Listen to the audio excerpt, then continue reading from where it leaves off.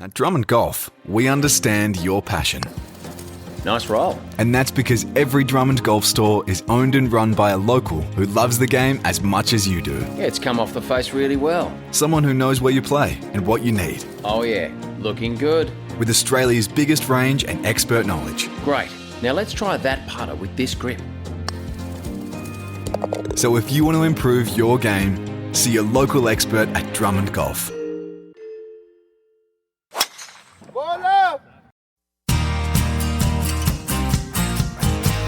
I've never seen anything like it before, and to attempt to hit the ball out of there is pure madness. The winner of the gold medal and the champion golfer of the year is Cameron Smith. This is the one that I've always wanted to win since I was a little kid. So it just feels pretty amazing to be able to get it done today. It's amazing that it's my destiny to be the first Aussie to win. Just incredible. Hello and welcome to episode 48 of Playing from the Tips, the golf podcast covering all the action around the world from the professional game presented by Golf Australia magazine. My name is Jim Emanuel and I have the pleasure of guiding the chaos that is the so-called experts' journey to preview and tip tournaments each week, with this episode covering the return of LIV Golf, Pro-Am action at Pebble Beach, the innovative Vic Open, and the brand new Bahrain Championship. Joining me to do that is first a man so committed to the world of podcasting that despite being one of the leaders in the golf space, today he returns to school to learn more about the podcast game. I speak, of course, of the packed lunch-carrying little Roddy Murray. Rod, welcome. That's a brutal start to the day. Never stop. Little Roddy Murray. Never stop learning. It's little Roddy Murray. Never stop learning. I've got my learning shirt on. I've got checked my pencil case last night. Everything's in there, my rubber, my sharpener, pencils. I've just got to find my ruler. Don't let me go without my ruler. Okay. What about compass? Compass protractor? Hey, protractor and compass, that's right. You get little snippets. Yeah. What was that little triangle that came with it? Yeah. No, none of that. All things you wouldn't have thought you need for a digital lesson, but sure, okay. Exactly. Trapper keeper? You're a trapper keeper? A what? I want to get one of those. Yeah, what? I want to get one of those rulers with the calculator on it. Oh, that's we can't. Enough of this. Enough. You got to get off to school, Roddy. Yeah, that's true. Yes. Go. Okay. Next, the other voice is a man whose absence last week allowed Ewan Porter to pick two runners-up, then also play a gala day with a new partner, and I quote, "never have more fun." Adrian Logue returns likely lost and confused of his place in the world. Is that fair to say, Logue? Ewan knows. He had a week being me, and then a week without me. So he knows what life's like now. You know, the highs and the lows of living me and living without me. So it's, yeah, that's true. I'm not going to say anymore. That's. Oh, okay. It is a big week ahead, but before we jump in, let's look a little bit back at last week's action, and I think it'd be hard to go past Kazuma Kobori, 2 WebEx Players Series wins in a row on the Challenger PGA Tour of Australasia, basically setting himself up as the kind of next David Micheluzzi step to get that DP World Tour card and impressing absolutely everyone. Everyone on board with that sort of thinking? Oh, hell of a start, isn't it, to a carear? Was it unbelievable? 9 weeks, I think. 8th event? Yeah, 8th event. 8 or 9. 9 weeks as a pro, yeah. Yeah, it's pretty impressive stuff. So well done, well played to him. Do I get half a point for picking the wrong Kobori? No, because you missed the cut. I know. So shocking stuff. I was going to claim the same with the Højgaards. I picked one of the Højgaards. I was going to say, if one of them gets up, you get half a point, no matter which one it is. Well, yeah, I like to say, you just say, oh, yeah, I'm tipping Kobori, and then you move on. But we're going to have to be a bit more specific. The other one, of course, that stood out was Lydia Ko versus Nelly Korda in a playoff. Lydia, who I think a lot of people started to write off a little bit last year, she's come out, won the first week and lost in a playoff the second week. Yeah. What more can you ask for? The LPGA constantly delivers, and that was another example. Not only was it go to a playoff with 2 of the biggest name players in the game, but what a finish to the event. Nelly Korda on the ropes, out of it. She'd thrown the tournament away, start engraving the trophy, and then she just steps up 17 and 18 and finds something just extraordinary. Great stuff, great golf. And And I'd like to just also say that it was special to see a Frenchman, Matthew Pavon, win the Open de Farmers Insurance, given our ties with France. So, every tournament he plays in now will get the Open de moniker. Well done. Absolutely. Interesting though, for all the complaining that the European Tour players have done about the top 10 going to the PGA Tour, I think they'll all have changed their tune this week and looking, well, hang on a minute, not only can we get there, but we're good enough. We might start to see that cycle again that you saw in the 80s and 90s with Langer and Worsnam and Lyle, where the other European Tour players start saying, well, I played with these guys plenty, I can beat them. If they can win over there, I can too. So that might be a really positive thing in the end. Absolutely. Anyway, okay. On last week, we continued with our strong start to the year. Another win on the tipping calendar. That was Nelly Corder and myself. So we now had another 6 top 10s as well. So we are at a tally of 3 wins in 2024. Adrian Logie will note those are all mine, and 10 top 10s. So bootstraps, pick them up, basically. You got work to do, Logie. Well, I hope, Jimmy, you're doing very well. It's 3 wins from 2 weeks. I just hope you'll be able to do it with the sort of humility that's befitting of you and leading Kabori are both going to find out. It's not as easy as it seems at the start, Jimmy. This is the pace now, eh? This is just the standard. You've got to be setting. This is how Logue does it. I'm an experienced player now. Let's go on to this week. And before we get into the globally intriguing stuff, let's start at home. And I think a tournament that for all 3 of us is one of our favourites and one we've always enjoyed, the Vic Open. And Logue, you're going to tell us a bit about it. The Vic Open, we all know we love the Vic Open. It returns to 13th Beach. It's the 11th time it's been hosted down at the Bahrain Peninsula now. And it's fair to say it occupies a very important part of not only the Australian golf calendar, but locally there, it's such a significant event. I think the non-golfing public down at the Bahrain Peninsula really embraced it. There's shops that open special hours. There's restaurants that see the same people come back every year. Not us, unfortunately. None of us be going to that little Thai restaurant that we like to go to. Well, we saw Cheyenne Woods. Exactly. You'll never forget that, right? Yeah. No, isn't that just a fabulous example of what that tournament's like in that area? You're sitting at the local Thai restaurant and Cheyenne Woods walks in to pick up some takeaway. She didn't say hello or anything, just she was there. It's a fantastic local event. And I think one of the few events on our calendar that really have that aspect of returning to the same community year after year, apart from, Legends Tour events and stuff, which tend to do that as well. But for the big events, this one coming back to that same community and getting the support of the community like it does, I think is really special. And it really ensures, I think, that it will continue to have a home there for many years. Let's hope so anyway, because it showcases a couple of very good golf courses, 13th Beach, Beach Course and Creek Course. I was looking, Jimmy, in the most recent Golf Australia magazine top 100 list. And I was actually a little bit surprised. Beach Course is 28th. Which remains, it's always been up around there somewhere, but it's remaining competitive through all of that. I think part of that is that it gets seen on TV every year in this event. But it's a genuinely good course and some proper links over really good ground.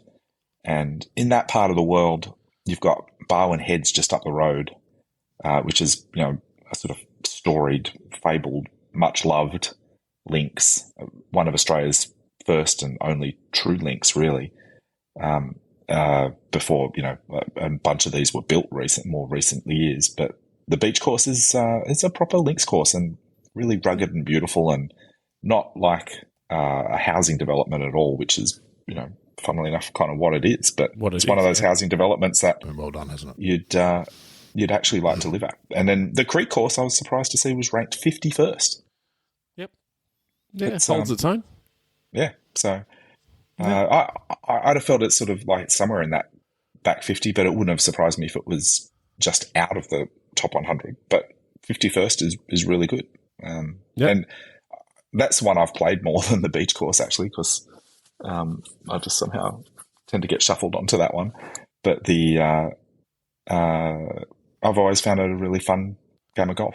Not incredibly challenging. Beach course is very challenging, but the Creek course is a lot of fun. Yeah, it's very much a case of make your score on the creek course in the early part of the week for the tournament. You got to go out there and then hope to get lucky on the beach course. But they're still very fun, and players talk about them being very fun. And it's often, I actually find when you watch the women's field play the creek course, the better players, when they have the tees up a little bit, they actually struggle to score quite as well around there because the lines are much more difficult. They're having to pick really quite awkward lines as to where to carry with driver and everything like that. So interesting to see the difference in the men's and women's scores across the two different courses. That's right. The titular creek comes into play a few times as well in unexpected ways. Fairway runouts and things like that. It's quite interesting. So this is still the main, you mentioned men and women there, so this is still the main tournament we associate with the concept of men and women playing on the same course at the same time and for equal prize money, which is what has been the case for some years now. The men's field this year is going to be about 144. It's going to be exactly 144 men. Okay. There's going to be a minimum of 90 women. There's a few, as at the time of recording, there's a few women still pending their registration, I think, but we'll see what sort of numbers we get. If it comes out around 90, that's going to be fantastic. That's a good solid field for the women. And top 35 men and top 35 women and ties will make it through to the Sunday. There's still the two cuts. It's got 54-hole cut or 36-hole cut and a 54-hole cut, which they can do there. It's a slightly different format to the Australian Open, right? Where that got tweaked a little bit. Yep. And I think that's fair enough. There's a little less logistical challenge with this event. And the prize money, $420,000, is the prize pool for the men, and again, as I said, $420,000 for the women as well. It's an equal prize pool between both. And the inclusive championships are also being played at the same time, the Victorian inclusive championships, which is another area which the Vic Open's always been a bit of a trailblazer in. So, and you've got Kari Webb, you've got J.R. Shin as the sort of standouts. The men's field's a really strong local tour field.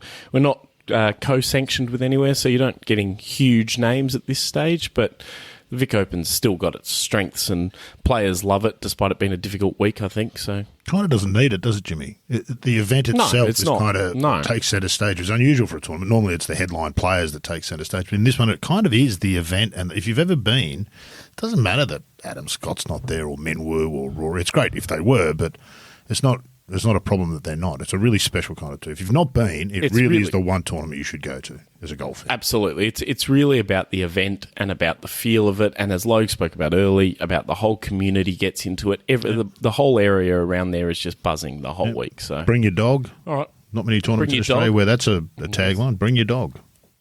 I imagine Suo will have her dog there. Yes, famously, yeah. And I assume Clates will be down there. Taking advantage of it like he does. Stop him. Yeah, taking photos of the dog and shamelessly posting them on social media, advocating for dogs, attention. Jia Shin's the defending champion as well, and it's great to see her just consistently come out to Australia. Best international support of Australian golf since Laura Davies, I'm calling it. I'd say so, yeah. Just a regular here, constant, fabulous. Of course, fabulous a massive fan of a meat pie, which there's no shortage of around the Barwon Heads area. Yep, absolutely. Yep. All right, and let's get some tips in the she men. Loves the place. Yeah, yeah. Let's get some tips. A men and a women's winner, please, Rod. I was tempted by Zachary Chegwidden for obvious reasons, because it's just such a fabulous name. He's an amateur from England is all I can tell. But I got off Zachary late. I'm going to go with, drumroll please, Brendan Jones. Japan Tour player, proven winner. Tends to play better in these events than you expect him to, and every now and then he bobs up. So who knows? Let's go with Brendan Jones. Do one for the old guys, BJ. Let's get it done. Yep. And a women's winner, Rod? We may as well stay with you. Cannot go past Ji Ye Shin. I just do not see how anybody in this field can possibly. It really is for GA Shin to lose in that, even before the tournament started. She's just a class above. Former world number one, major winner, multiple LPGA winner, multiple Japan LPGA Tour winner. She has credentials that you could build 2 careers out of. So I just don't see how you can go past her. There's better stories in the field for winners, and it doesn't mean that she will win, but I just don't see how you could look at that field and not pick GA. Logue, are you going to listen to Rod and look at the field and not pick GI?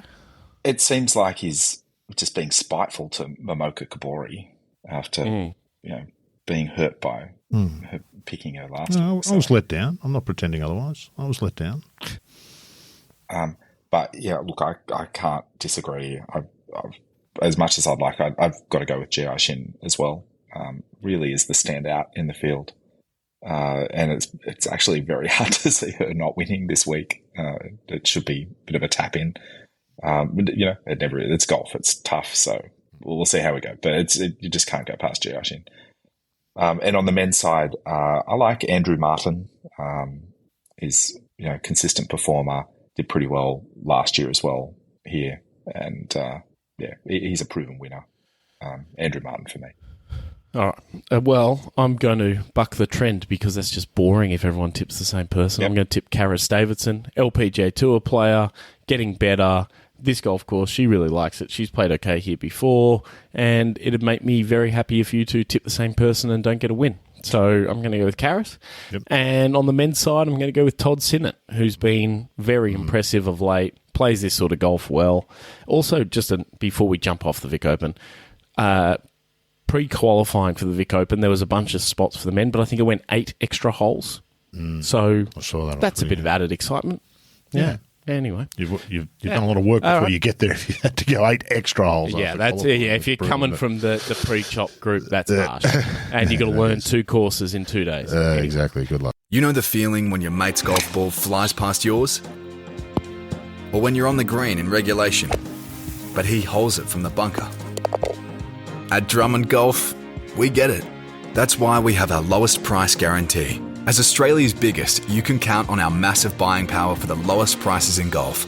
But if you do happen to find a lower advertised price, we'll beat it. The Drummond Golf lowest price guarantee. Unbeatable. Conditions apply. Next, it is going to be the tournament that probably gets the most attention this week. LIV Golf is back for 2024. They head to Mexico and the Mayakoba course at El Chameleon Golf Course. Of course, it's a Greg Norman design for resort play, hosted the PGA Tour for many years, sits on the Caribbean Sea. You got the ancient caves they call sea notes that are in the middle of the fairways some places, but players is all the focus here this week. So we get a first look at Jon Rahm as a member of LIV Golf after his monstrous payday that was announced late last year.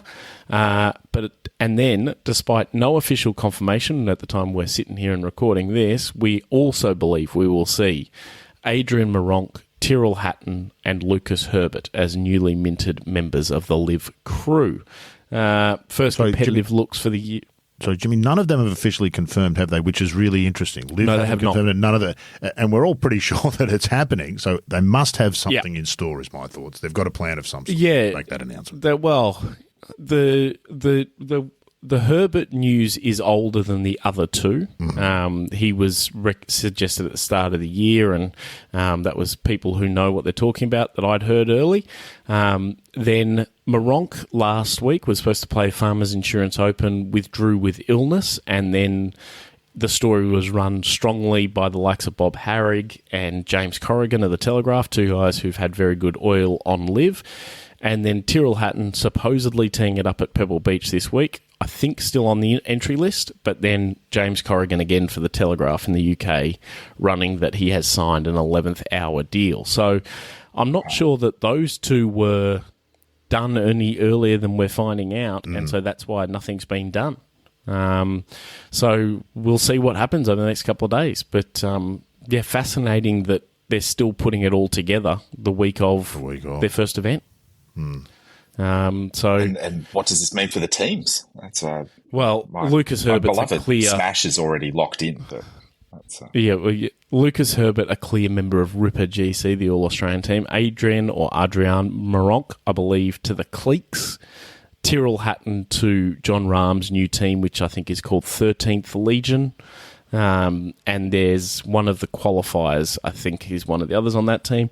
And from what I understand, there's going to be a couple of individual players at each event this year as well. So messed around with the numbers. those will be Hudson Swafford and Laurie Cantor from all the word around Twitter and those places where people seem to have a good idea of what's going on. They've done one exactly thing, what's happening. Yeah, they've done one thing they set out to do, which golf needs, Jimmy, and what LIV has done probably almost to its detriment in some ways. The golf is less interesting than these cloak and dagger storylines around it.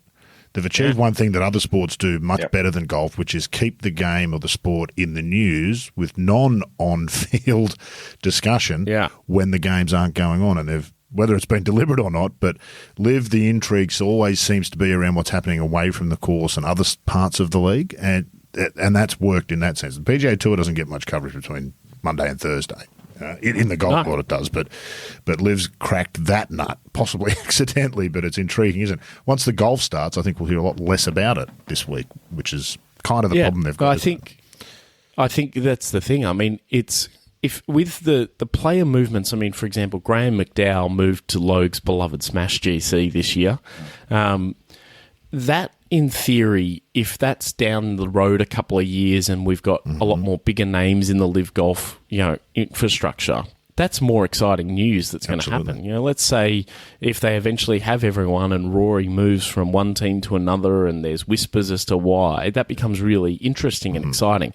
It's just not got the depth of player who's doing it at this stage, and the big names aren't the ones moving. So, but they are doing a good job of getting attention and getting. I mean, who would have thought that the Telegraph in the UK was running huge pieces on who's playing and where they're going, and they're some of the most clicked on things there is. So yeah, people have really, it's caught people's imagination, the story. I think the combination of Norman, the Saudi money, the big name players, all of that, two big behemoths now clashing in the PGA Tour and the PIF. It's got all these other elements that have got nothing to do with the golf, but it's really sort of captured the imagination. It's the first thing that put golf on the back pages of newspapers for a very long time when it sort of emerged year before last. So, yeah, an interesting experiment. And there continues to be a discussion that we're getting closer to some sort of announcement about where the merger stuff is at too, and that's right around LIV start. So they're going to get probably more eyeballs than they would have otherwise because of how they've played this. So good on them. Expensive way to go about it, but money has made a return in that sense for sure. Yeah, absolutely. Let's get some tips before we move along to the other tours. Logue, who do you like in Mayakoba? It's actually going to be interesting. I don't think I've got enough interest in this to follow it, to watch it just yet, but I will follow what's going on because it's going to be intriguing to see how John Rahm goes. We don't seem to have the much touted format changes that he seemed to be insisting on, or that was a condition of his coming on board. But who knows? I don't know. There's still a day or so before it starts, so we might actually see some format changes thrown in there. But yeah, I'll be looking at John Rahm, and I'm expecting John Rahm to win. Fair enough. Rod, your thoughts? All right, Dustin Johnson, I suppose. Nice. Are we doing just individuals, or are we individuals and teams? Because I'm a Majestics guy week in and week out.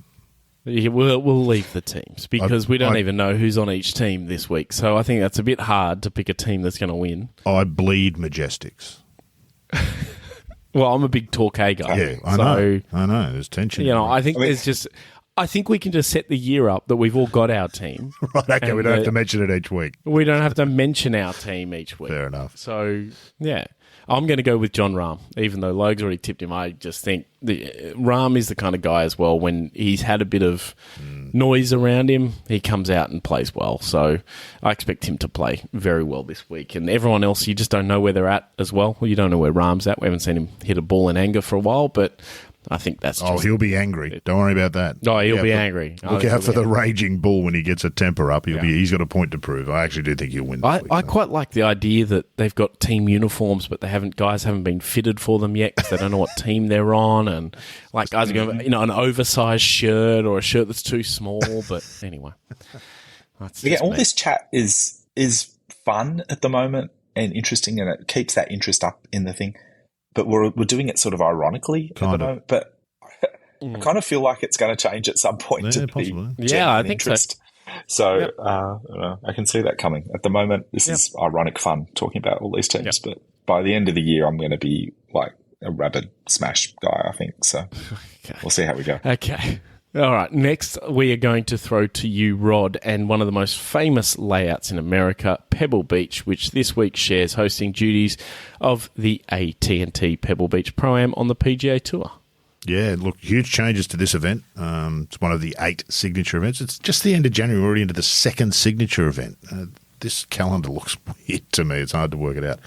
Look, the old tournament wasn't everyone's cup of tea, but it was hugely popular. It was the Crosby Clambake is how it started. Goes way back to 1937 when it started as a one-day event. So it's a real staple on the PGA Tour calendar. This won't be without controversy, these changes that they've made.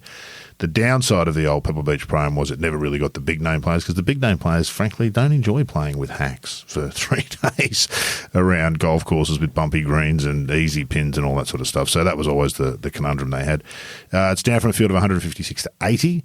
The AMs used to play the first 3 days, then the top 25 teams teed it up on Sunday as well. That's out. Only 2 days for the amateurs now. No weekend play at all, which will make a lot of the pros happy. AT&T have been sponsoring this since 1986. They're a telephone company, as everyone knows. It's been a 72-hole event since 1958, so more than 60 years is what we would recognise as a golf tournament. This is a tournament with extraordinary history, and once again you worry, as many have for a long time, about the PGA Tour and whether they really appreciate some of those legacies. They just changed this field sort of overnight in the way this tournament works. It's just, is it a good idea? Who knows? The downside here is a little loss of a bit of history. The upside, being a signature event, we get a greatly improved field. We've got 42 of the top 50 in the world, top 50 from last year's FedEx Cup, all the winners from the tour this year. So you've got McIlroy, Scheffler, Cantlay, Max Homa, Matt Fitzpatrick, Colin Morikawa. Go on and on and on. So we know what we're going to expect there is some really good quality golf. Adam Scott, one of 4 invitees, Jimmy. The invitees were a bit controversial, weren't they? A bit of a jobs for the boys theme's apparently emerging. Webb Simpson, Adam Scott, and I can't remember the other one, all PGA Tour Policy Board members, if I'm not mistaken. That is correct. Yes. It's a bad look, isn't it? Like, just a bad look. It draws attention to it. Exactly. In a weird way. Webb Simpson in particular. What's he doing? It doesn't seem to, exactly. It doesn't seem much to recommend. So look, this is the sort of state of golf at the top level at this stage. We tend to talk more about this stuff than the encore stuff, although the encore stuff's been amazing this year, Jimmy. PGA Tour's had great events week in and week out. The golf's been fabulous. The storylines have been terrific. So they can't do much more than that. Causes Pebble Beach needs no... Last Sunday on that, before you jump, last Sunday, the finish was great with Pavon and Nikolai Højgaard and all that. The atmosphere on the back 9 of Torrey Pines wasn't quite the same as what it has been, though.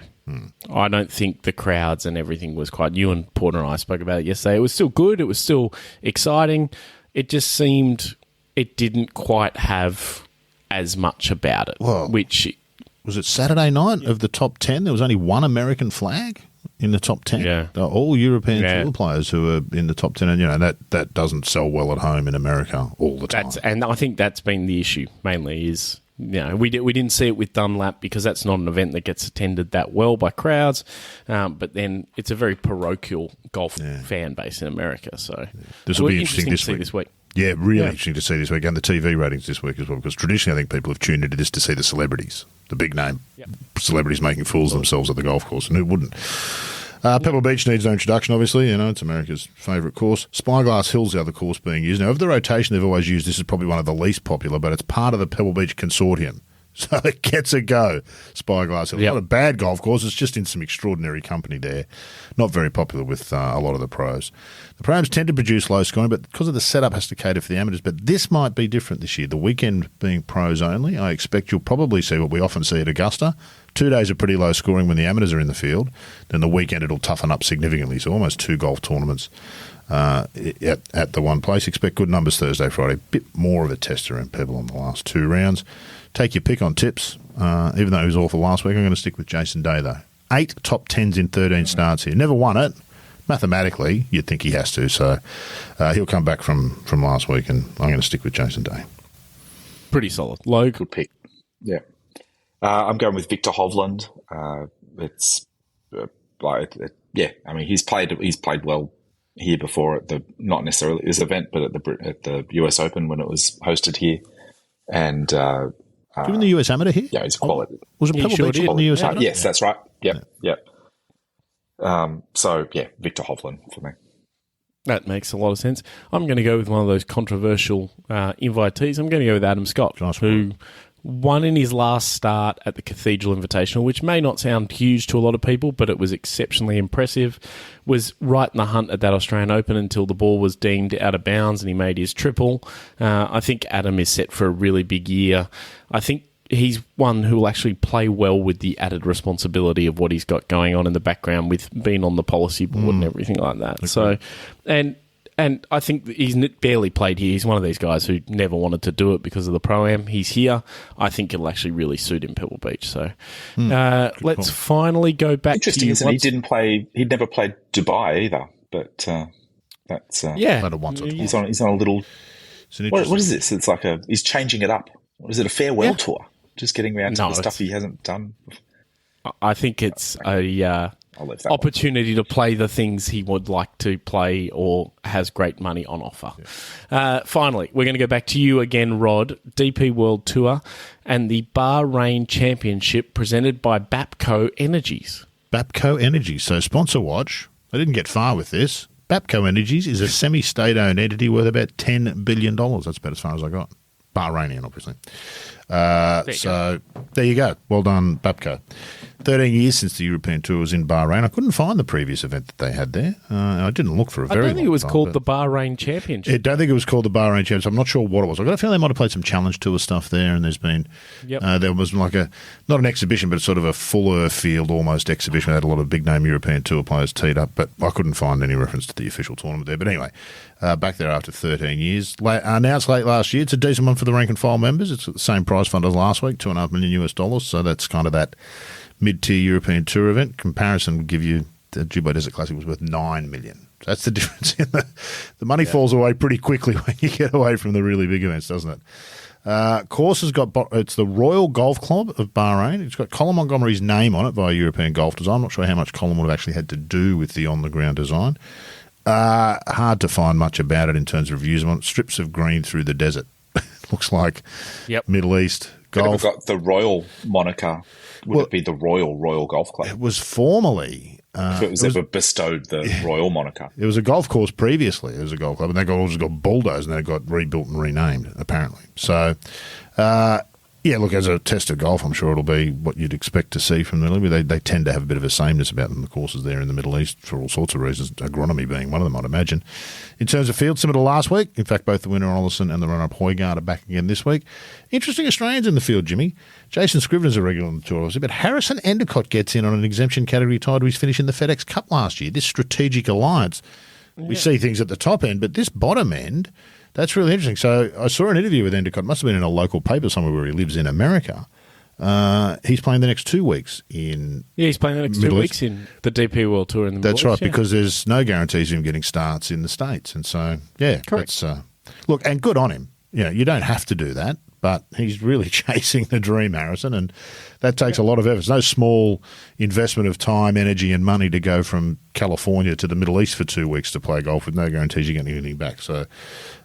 good on him. David Micheluzzi, Hayden Barron round out the Australians. I'm not sure what Hayden Barron's status was there, Jimmy.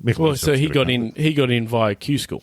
Right. So Hayden Barron was almost the unfortunate man where he was going to miss out because another Australian withdrew from the final stage of Q School and Hayden should have got in on his Order of Merit finish. He then played his way into the final stage and I think did so on the last day. And then that final stage of Q School was where it poured with rain and they were playing all over the place and he got his card. So good luck to Baz, one of the really nice guys out here. We see it Thursday to Sunday, but my goodness, what a life being a professional golfer. Terrific if you're Rory or Adam and you've got your own plane. Not so much fun if you're Hayden Barron and all of this other stuff that's got nothing to do with your putting or how good you hit it or anything. All this other stuff can conspire against you and stop your career moving forward. So just getting a start would be the hardest thing. Good luck to all of them. It's hard when the course is such an unknown entity for tipping purposes, but the bigger names are bigger names for a reason. So I'm going to do the same thing. It's going to sound lazy. I was stuck with Jason Day at Pebble Beach. I'm sticking with Rasmus Højgaard, who I picked last week as well. Playing the hits, right? Enough. Playing the hits. Yep. Logue, what hits are you going to play here? The this field is, these European Tour fields are actually starting to get a little bit difficult to pick because there's actually quite a solid middle tier of players that tee it up every week, and you feel like any week could be their week, and most of them do have their week. They all sort of share a bunch of wins around, and then when the top keeps getting scooped off of this tour and playing in other places, then it really puts everything up for grabs. But one of those players who I think has been in that middle tier for a while now and has a couple of wins, but is ready to put another one on the board, I think is Callum Shinkwin. So that's my tip this week, young Englishman. Nice. No, I'm also going to go with another guy in a similar category and go with Yannick Paul, who some people thought was half a Ryder Cup chance last year. So, I think another guy who's going to win a bit out there, and if not, he's going to start to have a lot of top finishes, top 10s, top 20s as he tries to get one of those PGA Tour card sort of deals and all that sort of stuff. So, Thorbjorn Olesen also shout out. I mean, he got his PGA Tour card and via that top 10. But he stayed at home to play last week because he actually lives in the UAE. So he played the Ras Al Khaimah Championship and won. So that was impressive. So good on Thorbjorn. Great story of redemption, isn't it? Yeah, it is. Absolutely. All right, that will do us for episode 48. Rod, thank you. I'm assuming you're excited to toddle off and see your friends back at school for the first day. Yep, going to get my drink bottle out of the freezer now, ready to start thawing out so it's nice and ready at little lunch. Cordial. Orange cordial. Orange cordial. Nice. Nice. And Logue, are you going to be reaching out to Ewan Porter to see how he did his tipping and also whether you're a chance to make it back onto his team? We'll see. It still hurts a little bit to just think about what went down yesterday without me. But just wind it up, would you? I'll get over that. Enough. Okay. Okay. We'll move. We'll move on. We're like Eric B and Raheem. All the great, of course. all the great duos. We'll always have the hits that we played together.